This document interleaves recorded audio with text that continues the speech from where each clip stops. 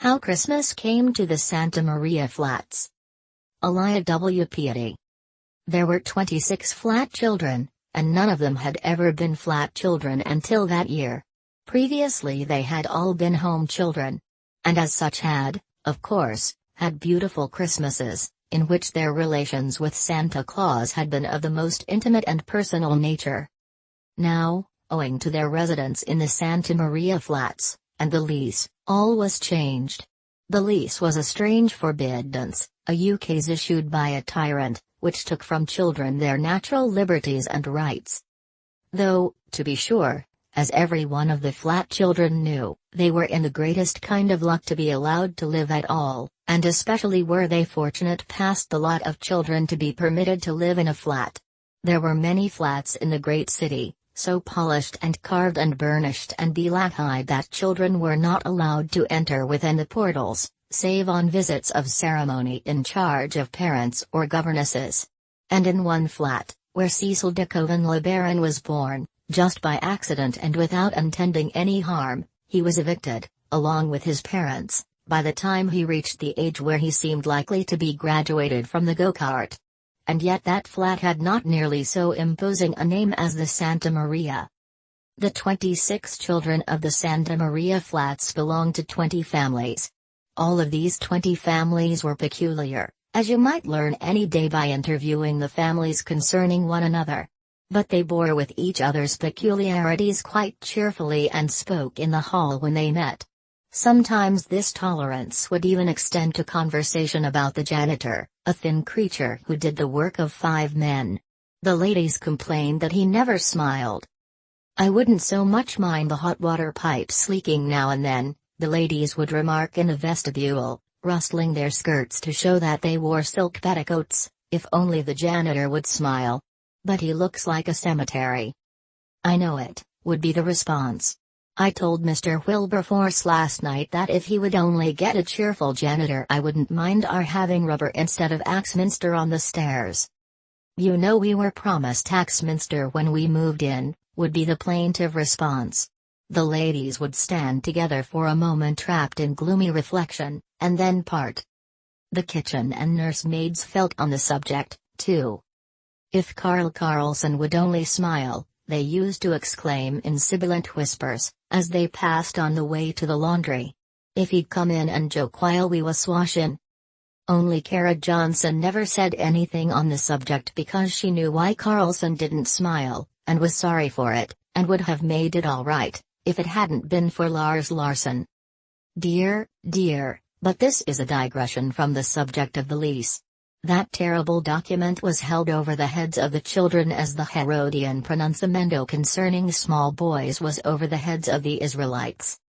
It was in the lease not to run, not to jump, not to yell. It was in the lease not to sing in the halls, not to call from story to story, not to slide down the banisters. And there were blocks of banisters so smooth and wide and beautiful that the attraction between them and the seats of the little boys' trousers was like the attraction of a magnet or a nail. Yet not a leg, crooked or straight, fat or thin, was ever to be thrown over these polished surfaces. It was in the lease, too, that no peddler or agent, or suspicious stranger was to enter the Santa Maria, neither by the front door nor the back. The janitor stood in his uniform at the rear, and the lackey in his uniform at the front, to prevent any such intrusion upon the privacy of the aristocratic Santa Marias.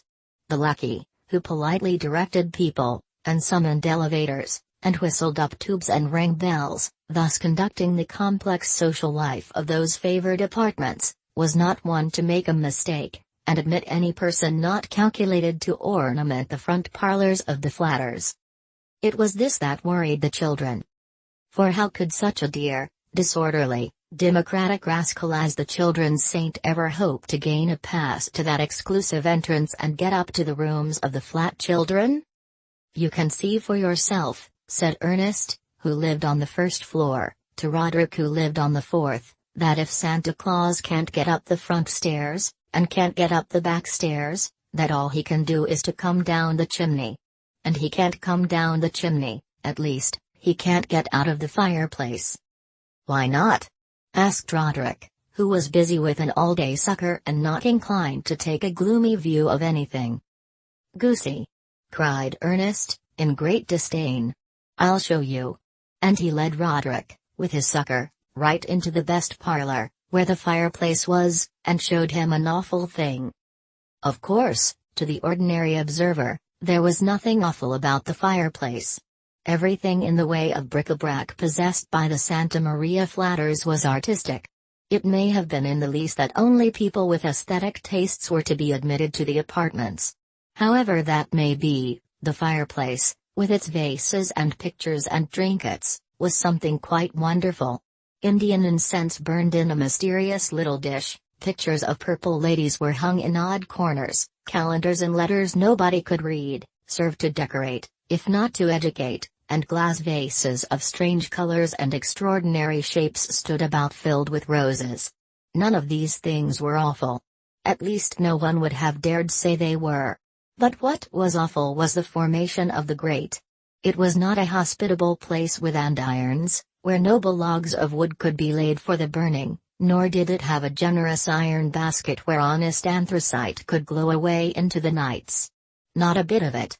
It held a vertical plate of stuff that looked like dirty cotton wool, on which a tiny blue flame leaped when the gas was turned on and ignited.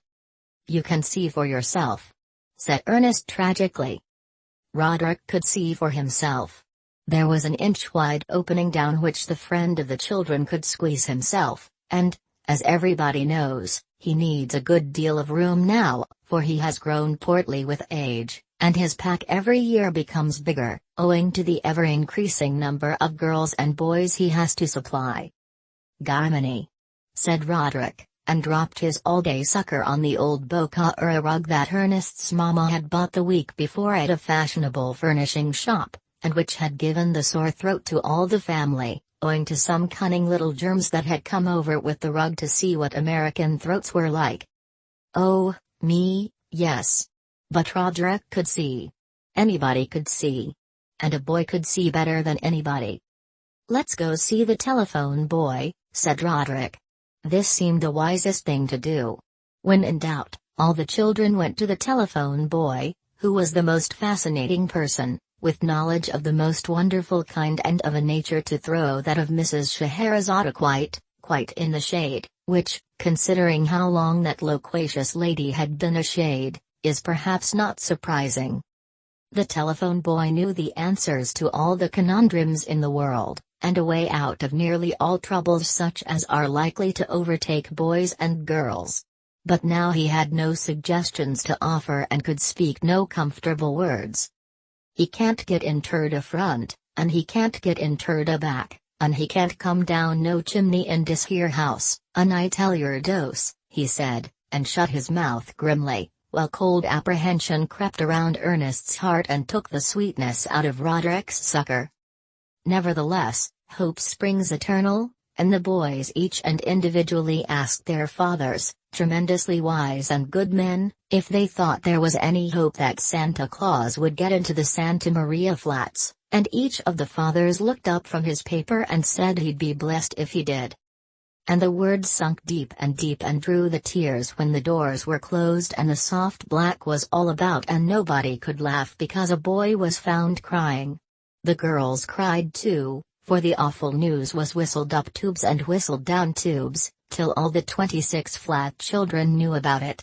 The next day it was talked over in the brick court, where the children used to go to shout and race. But on this day there was neither shouting nor racing. There was, instead, a shaking of heads, a surreptitious dropping of tears, a guessing and protesting and lamenting. All the flat mothers congratulated themselves on the fact that their children were becoming so quiet and orderly, and wondered what could have come over them when they noted that they neglected to run after the patrol wagon as it whizzed round the block. It was decided, after a solemn talk, that every child should go to its own fireplace and investigate. In the event of any fireplace being found with an opening big enough to admit Santa Claus, a note could be left directing him along the halls to the other apartments. A spirit of universal brotherhood had taken possession of the Santa Maria Flatters. Misery bound them together. But the investigation proved to be disheartening. The cruel asbestos grates were everywhere. Whole place strangled. As time went on, melancholy settled upon the flat children. The parents noted it, and wondered if there could be sewer gas in the apartments. One over-anxious mother called in a physician, who gave the poor little child some medicine which made it quite ill. No one suspected the truth, though the children were often heard to say that it was evident that there was to be no Christmas for them.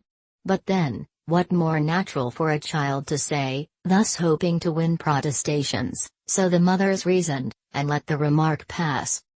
The day before Christmas was grey and dismal. There was no wind, indeed, there was a sort of tightness in the air, as if the supply of freshness had given out. People had headaches, even the telephone boy was cross, and none of the spirit of the time appeared to enliven the flat children. There appeared to be no stir, no mystery. No whisperings went on in the corners, or at least, so it seemed to the sad babies of the Santa Maria. "It's as plain as a monkey on a hand organ," said the telephone boy to the attendants at his salon in the basement, "that there ain't to be no Christmas for we, no, not for we." Had not Dorothy produced, at this junction, from the folds of her fluffy silken skirts several substantial sticks of gum, there is no saying to what depths of discouragement the flat children would have fallen. About 6 o'clock it seemed as if the children would smother for lack of air. It was very peculiar. Even the janitor noticed it. He spoke about it to Kara at the head of the back stairs, and she held her hand so as to let him see the new silver ring on her fourth finger, and he let go of the rope on the elevator on which he was standing and dropped to the bottom of the shaft, so that Kara sent up a wild hello of alarm. But the janitor emerged as melancholy and unruffled as ever, only looking at his watch to see if it had been stopped by the concussion. The telephone boy, who usually got a bit of something hot sent down to him from one of the tables, owing to the fact that he never ate any meal save breakfast at home, was quite forgotten on this day, and dined off 2 russet apples, and drew up his belt to stop the ache, for the telephone boy was growing very fast indeed, in spite of his poverty, and couldn't seem to stop growing somehow, although he said to himself every day that it was perfectly brutal of him to keep on that way when his mother had so many mouths to feed. Well, the tightness of the air got worse. Everyone was cross at dinner and complained of feeling tired afterward, and of wanting to go to bed. For all of that it was not to get to sleep, and the children tossed and tumbled for a long time before they put their little hands in the big, soft shadowy clasp of the Sandman, and trooped away after him to the happy town of sleep. It seemed to the flat children that they had been asleep but a few moments when there came a terrible burst of wind that shook even that great house to its foundations. Actually, as they sat up in bed and called to their parents or their nurses, their voices seemed smothered with roar. Could it be that the wind was a great wild beast with 100 tongues which licked at the roof of the building? And how many voices must it have to bellow as it did? Sounds of falling glass, of breaking shutters, of crashing chimneys greeted their ears, not that they knew what all these sounds meant. They only knew that it seemed as if the end of the world had come. Ernest, miserable as he was, wondered if the telephone boy had gotten safely home, or if he were alone in the drafty room in the basement, and Roderick hugged his big brother, who slept with him and said, "Now I'll me," 3 times running, as fast as ever his tongue would say it. After a terrible time the wind settled down into a steady howl like a hungry wolf, and the children went to sleep, worn out with fright and conscious that the bedclothes could not keep out the cold. Dawn came. The children awoke, shivering.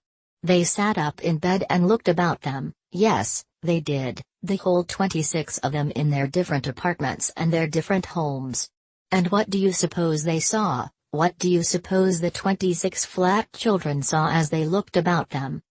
Why, stockings, stuffed full, and trees hung full, and boxes packed full.